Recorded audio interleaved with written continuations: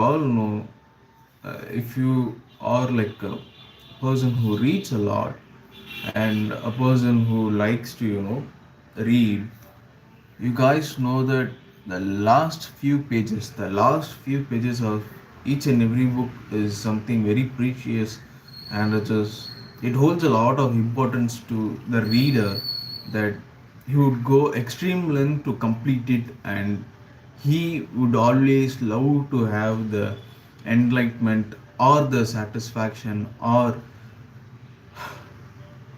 the pleasure of reading till the end. Many might get emotional. Many would have thought the times they would have read the book for the first time. And this book I'm reading is just around 74 pages, 77 pages long, and it is not a big book. It is just a small book. It contains small words, all the words, but has a very deep meaning, and it has, you know the world within it, and the world is nothing but an illusion or a phase. In this book, you would remember. I couldn't even put it out in the words through my heart. I'm not the man Maharishi himself. He's one of the greatest philosophers, but he doesn't teach you philosophy. He'll teach you each and every life lesson without even speaking a word to you. He is someone beyond our imagination and our capacity of human mind. He has attained nirvana. His whole bodily soul. He didn't promote a single religion, but each and every religious person would come to him and would always be blessed to be in his, surroundings. He is such a man that many regret that they were not there when he was alive, and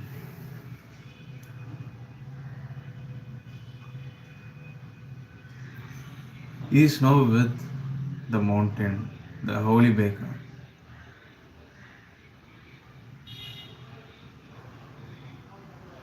You know, no one could be like him. He is one. He is just the one who is required for everyone. So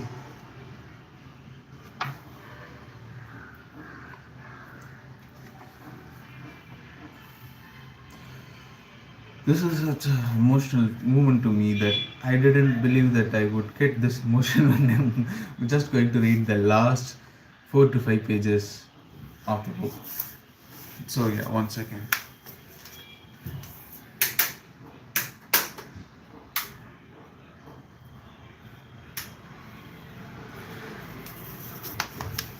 This is so emotional to me, man.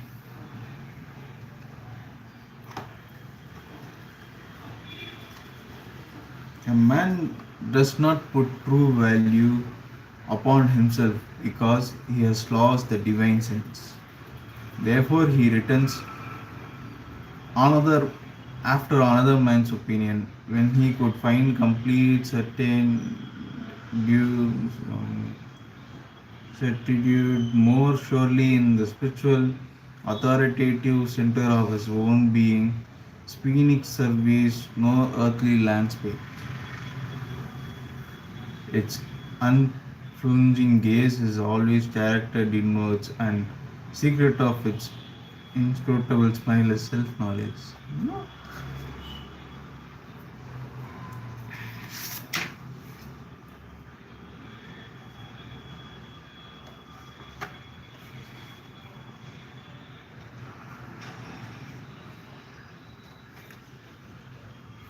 Who wouldn't love to know the actual truth of the entire universe?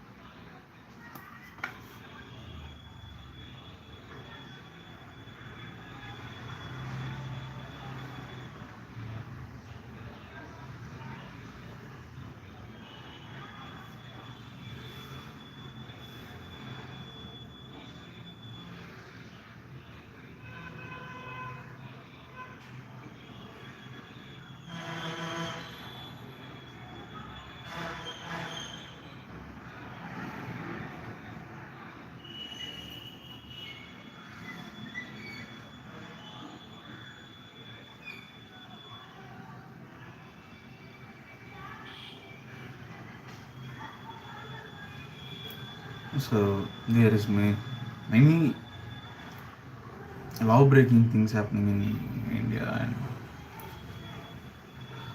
he couldn't do anything about it. So maharishi has told something like that.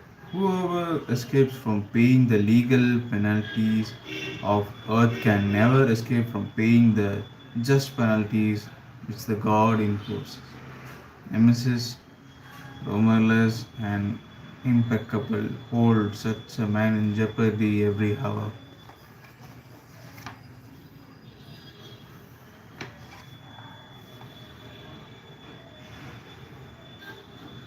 Those who have been held under the bitter water of sorrow, those who have moved through shadowed years in the midst of tears, will be somewhat readier to receive the truth which life is yours slightly voicing.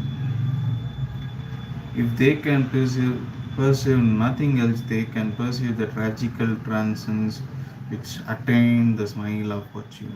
Those who refuse to be diluted by the brightest hour will not suffer so greatly from their darkest ones. There is no life that is not made up of the wrap of pleasure and the woof of suffering. Therefore, no man can afford to walk with proud and pontifical air. He who does so takes his perambulation at grave pride. You know, all these words, I am not so vocal, so I might sometimes take a quite time to pronounce the word correctly. But in my mind, I know what it means. Perambulations.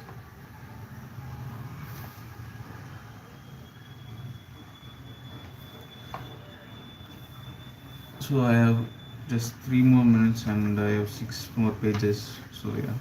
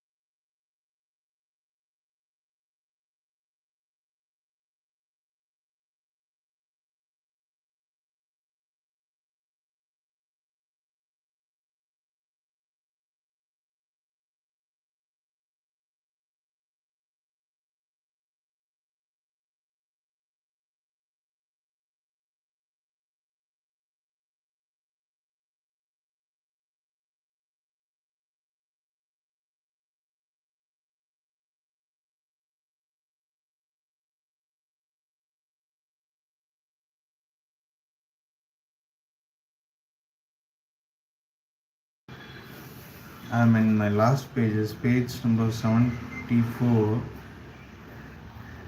I just have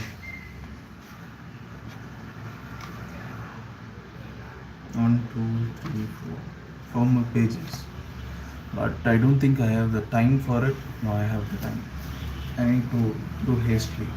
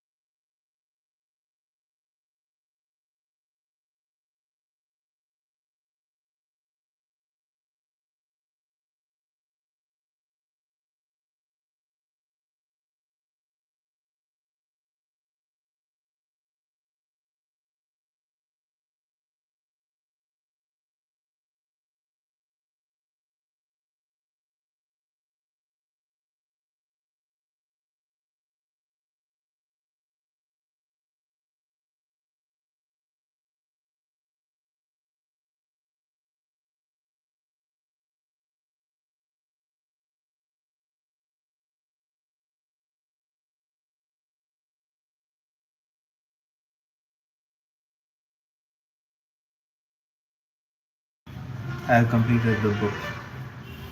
I completed the book.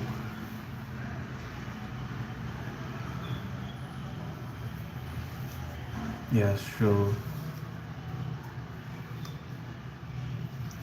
Lord Bruton, Raphael Hirst, came to India in early 1930s in search of the truth behind the ancient mysteries. This journey led him to many yogis and fakirs, but his search continued till he was guided to Bhagavan Sri Ramana Maharishi, the sage of Arunachala, through the gentle persuasion of Sri Chandrasekhara Saraswati, the revered Shankaracharya of Sri Kanchi Kamakoti Mutt. Bruton chronicled his encounters in India in his magnum opus, A Search in Secret India. Three chapters from this book recounting the stories of his retreat at foot of Arunachala and his extraordinary experience in the company of the maharishi and herein curled and placed before the reader. One could not forget that the wonderful pregnant smile of his, with its hint of wisdom and peace won from suffering and experience. He was the most understanding man I have ever known. You could be sure always of some words from him that would smooth your way a little. That word would always verify what your deep feeling told you already. The words of this sage still flame out in my memory like bacon lights. Bacon lights are like in the seashore. There be like some tower, light tower to signal the ships. This one is like that. I plunk golden fruit from rare meeting with wise men, wrote transatlantic immersion in his diary, and it is certain that I plucked whole basketful during my talks with this man. Our best philosophers of Europe could not hold a candle to him. Remember, man, I told you guys that he's the best philosopher ever. If you have read Frank Kafka, you know that his emotions are one of the very emotional thing you could ever read about: sadness, sorrow, hollowness, and emptiness of man.